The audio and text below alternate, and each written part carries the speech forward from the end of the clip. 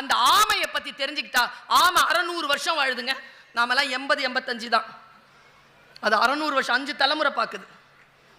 பிரமாதமான விஷயம். கடல்ல அது நீந்திர பயண தூரம், அது வாழும் காலத்தில் அது ஒரு 10 வருஷம் வாழுதா, அது 10 வருஷம் வாழும்போது 10 வருஷம் இன்னொரு ஒரு மீனோ எதுவோ வாழுதா, அது திமிங்கலமாவே இருக்கட்டும். 2 பேர்ல அதிக கிலோமீட்டர் பயணம் செய்வது ஆமை.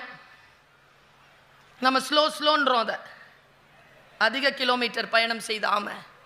எங்க நாம அது அது வயிற்றுல அதுக்கு முட்டை வந்துருச்சுன்னா முட்டை இடுறதுக்கான இடம் அது சிட்னில இருந்தாலும் அது கன்னியாகுமரிக்கு 45 நாள்ல வந்துடும்.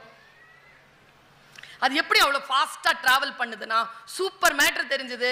இளைஞர்களுக்கு செய்தி, அது தானாக நீந்துவதில்லை, கீழே நீரோட்டங்கள் ஓடும், வேகமாக ஓடுகின்ற நீரோட்டங்களோடு அது தன்னை இணைத்துக் கொள்கிறது.